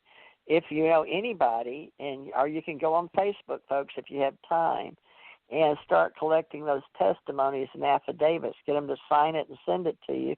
Or you can send it to me right here at TJ Morse Agency. I'll be taking them, and we'll be back in touch with you. But that's just to get started in mail. But most people do email. So I've got new messages all the time. You can send it to TJ Morse Agency. I prefer the word agency at gmail.com. Richard, you want to tell people how to contact you if they want to get involved with you and me over psychics or UAP groups? Well, sir, I have two different emails. One of them is spirituality and tranquility, so 3 words all spelled out at gmail.com. Or if you want a shortcut, it's just my name, my initials, rtknight35 at gmail.com. And I am also a presence on Facebook. My profile says Richard Knight, and it has a picture of Archangel Michael holding a sword in front of him. And then, of course, I'm also present on LinkedIn. And, I do Zoom conferences, I do Skype conferences, I do one-on-one counseling sessions, I do one-on-one card readings, I do one-on-one psychic impressions, all of these kind of things. And like TJ, I have always been helping other people all of my life. And whether it be in the justice system, whether it be in the military system, whether it be from all kinds of different aspects. Of course, my investigative experience is civil, criminal, and paranormal. And I was a sole proprietor, and I still am a sole proprietor to that degree. But yes, I would love to be in contact with anyone that is sincere, that would like to go forward with some idea or project you might have. And by all means, join our ACO club, and you can do that at Patreon, patreon.com, and become a member of the ACO and support what we're doing. And there, in turn, there are benefits from becoming a member as well. And those are going to expand over time because, as you must realize, TJ and I have only been in contact for about 3 months, and we've only been doing radio for about 3 weeks. So, this is a relationship that is coalescing, okay, and it expands, and of course it becomes like an amoeba. It just grows in size, bigger and bigger and bigger as each and every day passes, you could say, because TJ has been involved on the social media network in cyberspace in so many different aspects and so many different ideas and so many different thought forms and so many different interests that now we must bring it all together. And it is already all together, only it hasn't been pulled together formally as in grand meetings and that kind of thing in the recent past. So that's another thing that we are in the process of organizing, administrating, and all that kind of good stuff. So anyway, you're welcome to contact me. Reach out to me if you see me. I'm available. I'm semi-retired. I don't think I'll ever retire in total. I just don't see that as ever happening. Back we're to you, out of TJ. time. Thank you. We're out of time. And folks, there's a lot for us to discuss this year, and you can see they're having those virtual get-togethers like Ozarks on April 10th. So please look at that. Dolores Cannon has passed over in 2014, so I did meet her and was taken there for a reason, and that is going to be part of my story as we go forward in sharing who we are and all the pieces of the puzzle that a lot of people may not have yet. And we're going to find those that have the pieces that can plug into ours. And it should make for a pretty good group of people. And a lot of us will be using our psychic abilities for a reason. But you can look at Project Stargate, and you can look at remote viewing and look at those that people have had regressions and all of that. So we'll be back, let's say Sunday. We do a spiritual meeting for those that is just different than this. This is going to be more in the future about our books, UFOs, people, and everything that goes psychic UAP groups. Well, thank you, Richard. I think we've got ourselves established for today's group meeting for those listening to us as directors. And I'll try to make this work for everybody that doesn't understand exactly what we're doing, but look up Alienology, the study of aliens. Look up Ufology and the study of UFOs, and then UAP for psychics and unidentified anomalous phenomena. And we're going to get on with the Men in Black stories too, because those will be fun. Thank you, Richard, for another good radio show and how we can educate ourselves and each other and other people and where we're going to grow forward. And, folks, we hope you get in touch with us and let us know what you're about and who you're about. And we'll be looking and putting out with Richard T. Knight. Richard, is your LinkedIn Richard T. Knight? I think it's just Richard Knight. I don't believe I used the T. I'll have to look and see, but I don't think the T's in there. Okay, because there's so many Richard Knights. I tried to find you on Facebook. I was up on one of my 20 or so that I have, Teresa J. Morris or T.J. Morris or T.J. Thurman Morris. Well, it would be easier for me to find you. I don't know. Yeah. I've just recently found out, that there's a Richard Knight in the UK now that I've reached out and have yet to establish contact with, but that's okay. Yeah, I saw him on Facebook, and I couldn't find your photo at all. But folks, we'll just keep trying to find each other. Hopefully, once we get together and know, it won't be so hard to find you by name only, and they're going to facial recognition for a reason. True. So we will be talking about futurists. If you want to join, we will have a group of futurists and those with psychic abilities, because a lot of people want to know where we're going in the future, and we do have a lot of people that have been out-of-body, near-death experiences in life after life, and some of us are even called time travelers, and some of us know how to go in and out of dimensions and portals, and these haven't been taught in the past, but we're doing our best to be more open to those that want to learn things. And so you take care. Come back and see us. And yes. I think we're going to skip Saturday, because Saturdays for some people, normally we'll have a paranormal group that's meeting or wants to come on and have a meeting online radio, so they'll have a copy of the minutes of the meeting. But this gives us a benchmark now, Richard, and now we can start doing a little more on Fridays, and not just people of one, whether they've had experience or whether they're keeping it or psychic or anomalous phenomena. But I appreciate you, Richard. So Sunday then, right? 4 to 6? Sounds good. All right. Love and light, dear. Thank you so Love much and light. for being a part of today's show. Thank you, everybody.